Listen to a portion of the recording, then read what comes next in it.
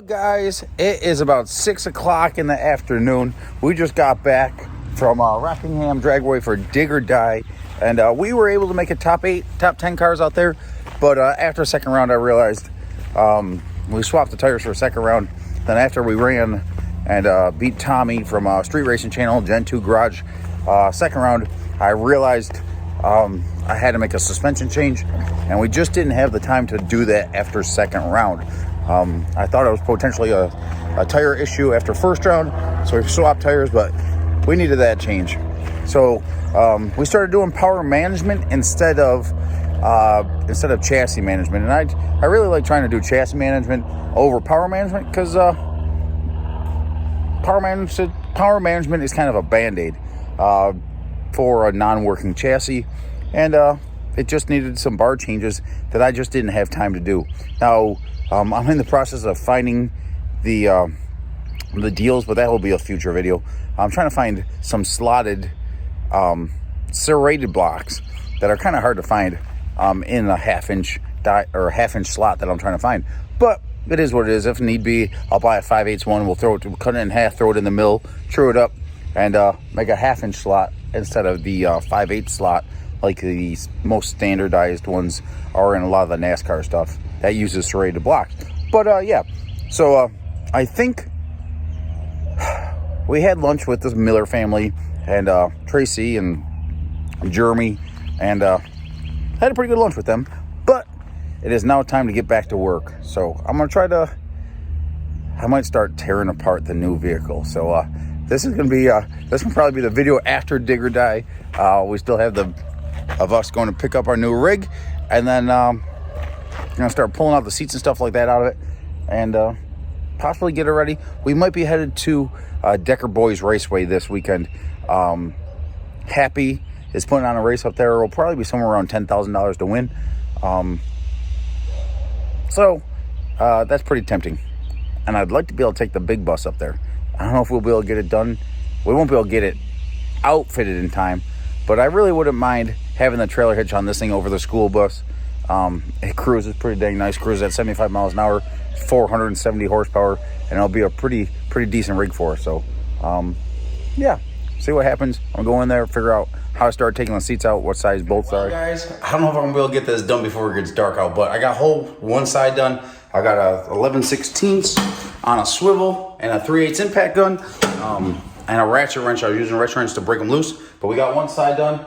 I need to go toss on a t-shirt because it's hot as hell in here. Very well insulated bus and no windows open up. So I'm gonna go to the bathroom, get on a t-shirt, and we'll be back at it in a few minutes. Whoa, it's getting a little bit dark in here. So right now, I guess I'll film this down here. So right now, using a 3/8 impact gun, I'm averaging about 2 minutes a seat or so. So hopefully I can get the rest of these seats taken out before it gets dark out, and that'll be a decent afternoon. Not decent. It'll be something accomplished before I head over to the hotel and get a quick nap. And Maddy and MVP are over there relaxing a little bit.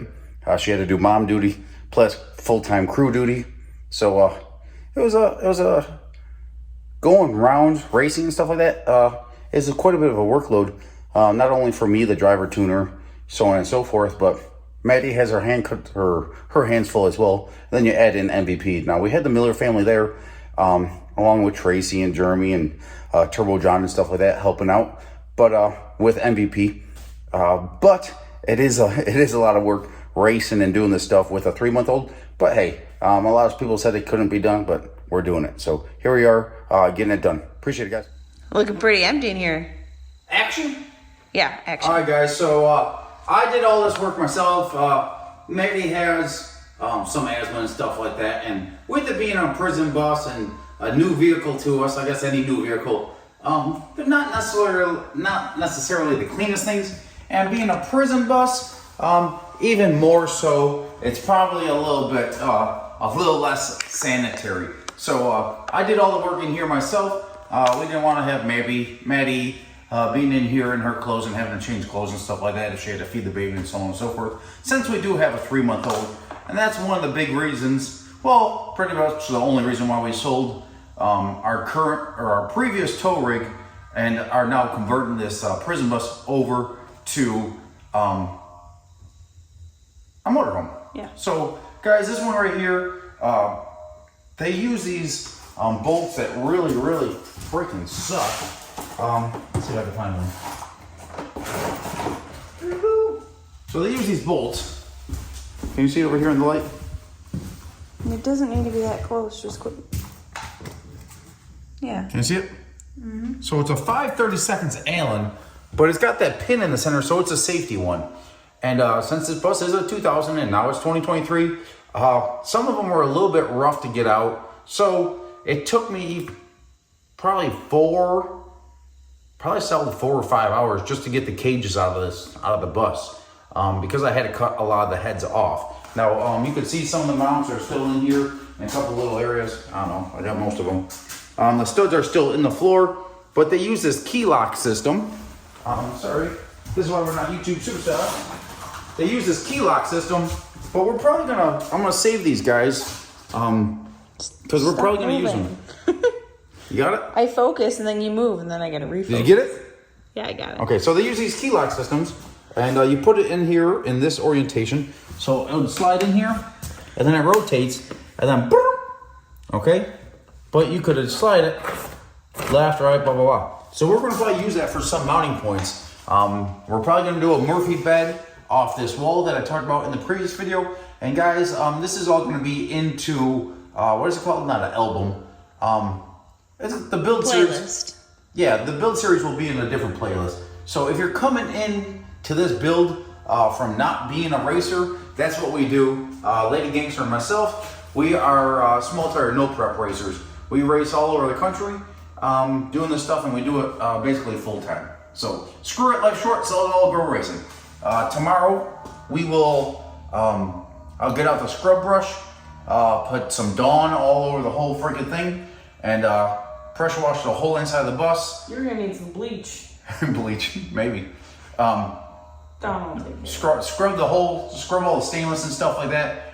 Pressure wash the whole inside the bus, get it nice and sparkly clean, and then we'll be able to start marking out our floor. So I'm not exactly sure where the rear wheels are, but I want to plan out with the type of toilet that we will be using. We're not doing a composting toilet because we're not that much of, we're like race car hippies, but like we're not that much of hippies. We want to have a real toilet. Yeah, we're not off the grid. Yeah, we're not off grid. So we're going to be putting the toilet right above that tank, right above the small bay here, because a RV toilet generally mounts without plumbing like a house and stuff like that. You could put a house toilet in here, but we're gonna go with a normal RV toilet. So that's gonna be mounted directly above the black tank. And I want the black tank in that smallest bay there, so we have the two front bays for our merchandise, and I want to have a smoker that slides off the side, so we could have some tasty foods and stuff like that, and not have to spend the money. People are think we're big ballers, so when you break it all down, no, you definitely cooking. It doesn't matter how you cook really, but cooking your own food, you just save a lot of money. You save a whole lot of money versus going out to eat or throwing out food and stuff like that because you didn't have enough storage and whatever. Mm-hmm. So yeah, so we're gonna mark out wherever that bay is here, and we'll mark that in the top, and we'll know that the toilet will have to go somewhere in that area. Shower can drain. That could be back here or up here with plumbing and stuff like that. But as far as toilet goes, that has to be directly above that bay right there, for the way we're gonna do it. So chances are, of course, we're gonna remove this area, but we're gonna probably keep this back area from here. This back 2 feet here is probably gonna be just like a big closet area. And then of course, this is a prison toilet, the prison bus toilet. That's going to get removed, and we'll probably put our freshwater tank right there. Probably have like 115 gallon freshwater tank right here, and then this will all be closet space. Then I think our bed will start somewhere in here and probably go in here, and then corner shower will probably be here, and then we'll have like this area here for whatever. But we're gonna leave. This is the rear guard door here, and it's a good size. So when we are building this out, we can bring in our furniture and stuff like that through here. In standard motorhomes, Most motorhomes, when they are being built, if they have a slide in them, they bring them through the slide and they put the slide in last. So if your refrigerator goes bad, you have to remove the slide or you have to remove the windshield because motorhome windows aren't big enough. And you know, you get into certain motorhomes and the windshields are proprietary, so they're used just for this model. And those windshields could be up to $5,000, so we can't afford that crap.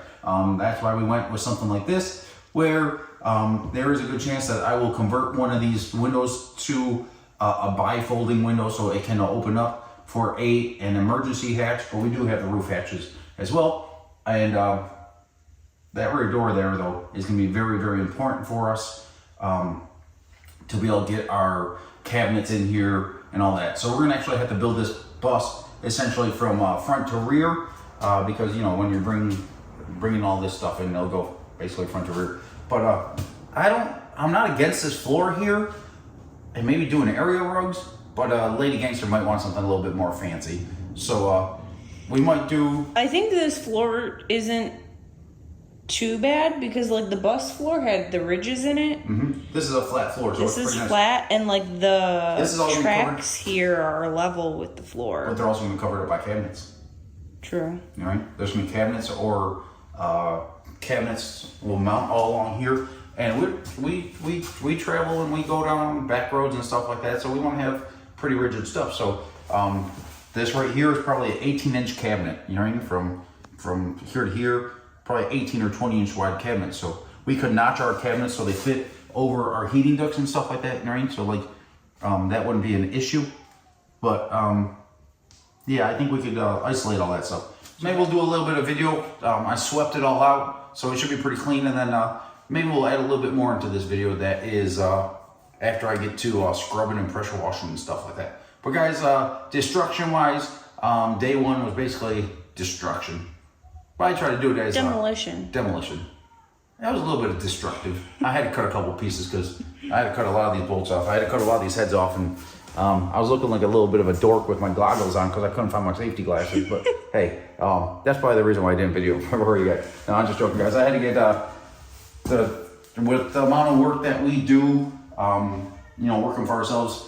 I got to sometimes be able to knock out a 12-hour day in 4 or 5 hours. So sometimes we get busy and. I didn't want Maddy in here with the dust and stuff like that. So now that the dust has settled, we were able to do a little bit of video for you guys. And,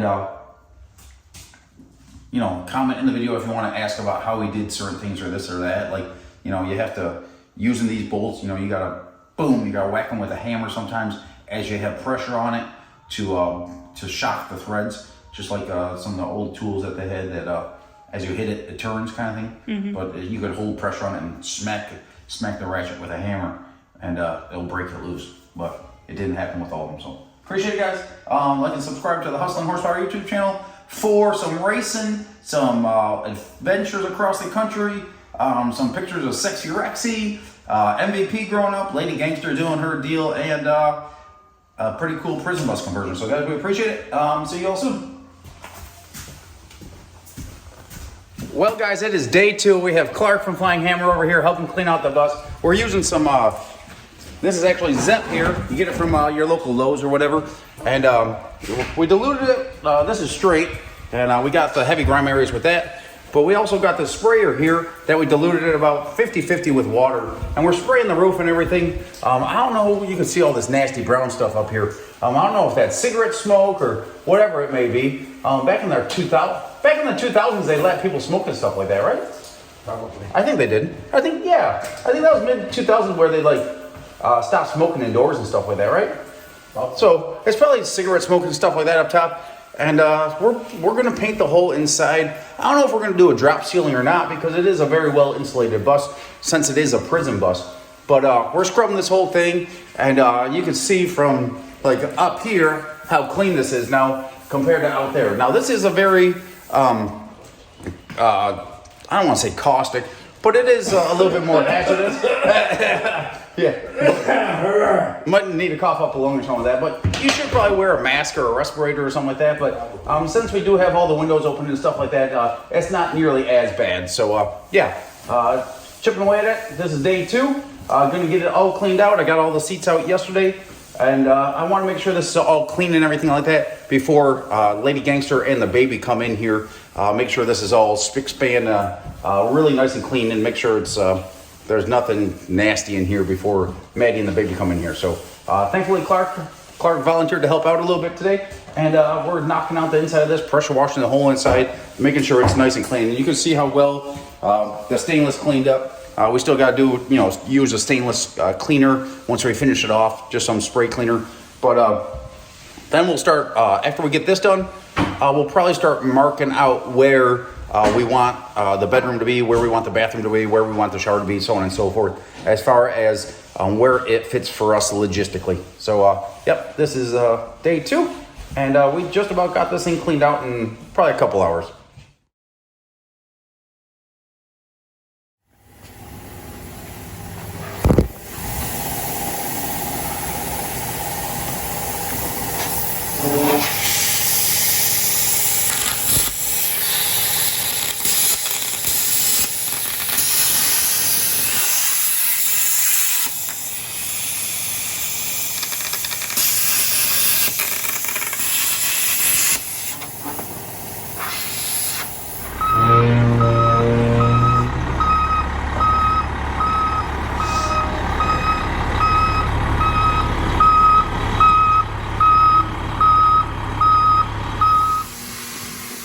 I'm gonna go check on Dad and see how he's doing, okay?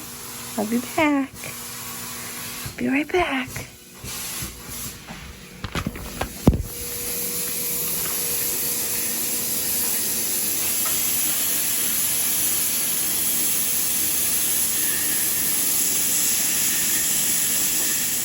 The dial was on like an A, not like 2, 4, 20, 30, 40, 50, 60. What's your thing? Put it back in.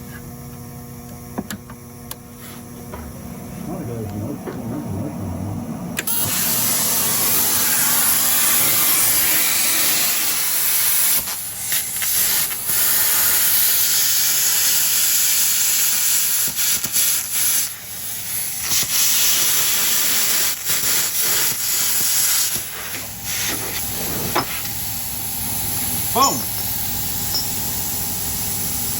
That might have looked easy, but the plasma cutter stuck. It could have been that easy.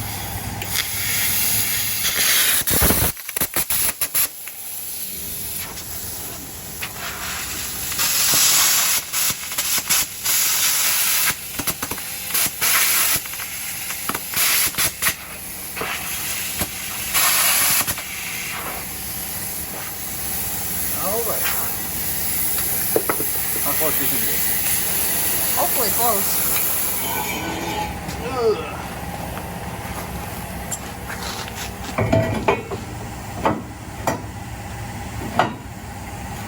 Couple of light plates in there or something. Yeah, a couple of tight spots in there.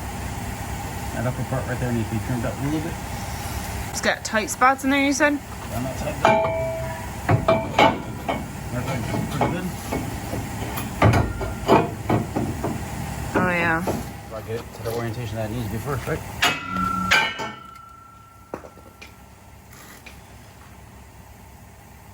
You gonna clean these? Get all the... Can you give me another better? Yeah.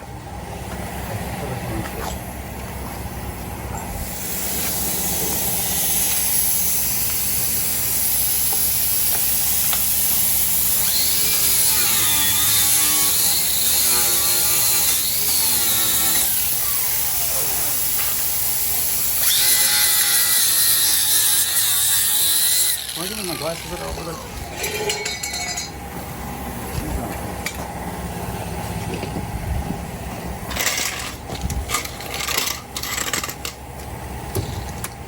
Where's the hammer? Huh? Where's the hammer? I'm not gonna put this flag before.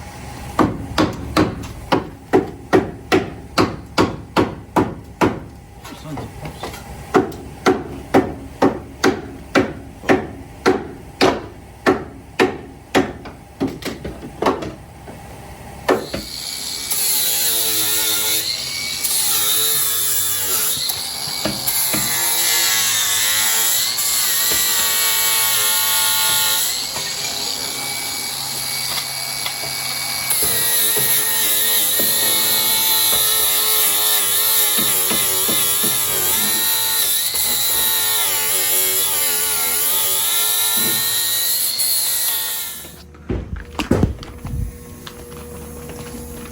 Dang, you doing burnouts over here with the bus? No.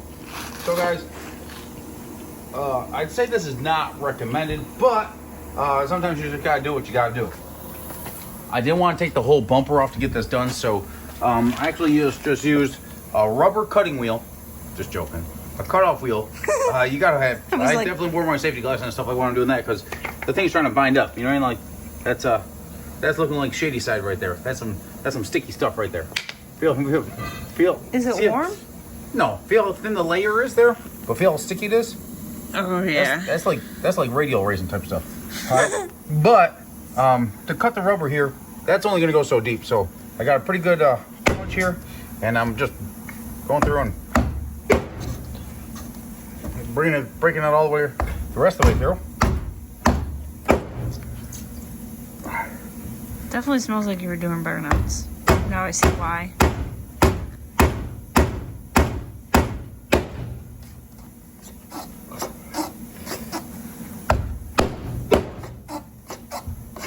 Good thing we're zoned industrial, right? Good thing the kid can sleep through this. Look at that. Smiley's over there napping. She's in the office, but. Well, Mom and Dad, get some work done here. So close. Park away. Oh my goodness. You stubborn sucker.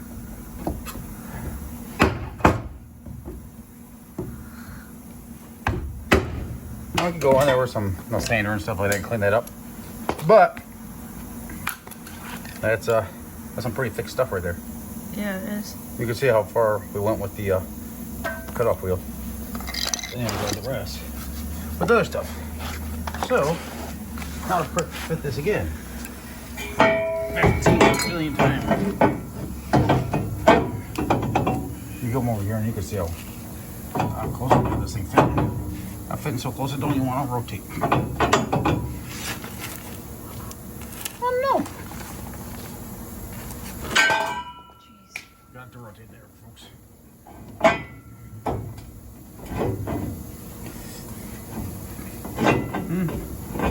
No! You missed it by a little bit. What was that? Your phone, I don't know. What do you call me? They know I don't answer my phone. Well, guys, it is 1 o'clock in the morning, and this trailer hitch took way longer than it should have. But hey, I wanted it to look halfway decent and fit pretty decent and stuff like that. So it's on there. It's pretty freaking strong. That's a class 5, 20,000 pound hitch. We'll get a little bit more video in the morning, but I'm gonna go hook the batteries back up. I always want to disconnect the batteries when you're welding. Hook the batteries back up, and then go park this thing and sweep up a little bit.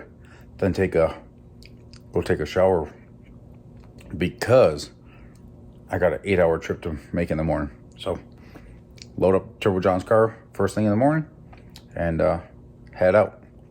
Then tomorrow afternoon when I get back, probably hook up the trailer wiring, and yeah, Friday morning before I head out to Kentucky for Kentucky Cash Days. That should be a pretty good event, and I think we're pretty close to being able to take the big rig up there. So first real trip with it. I think we got it just about ready to go.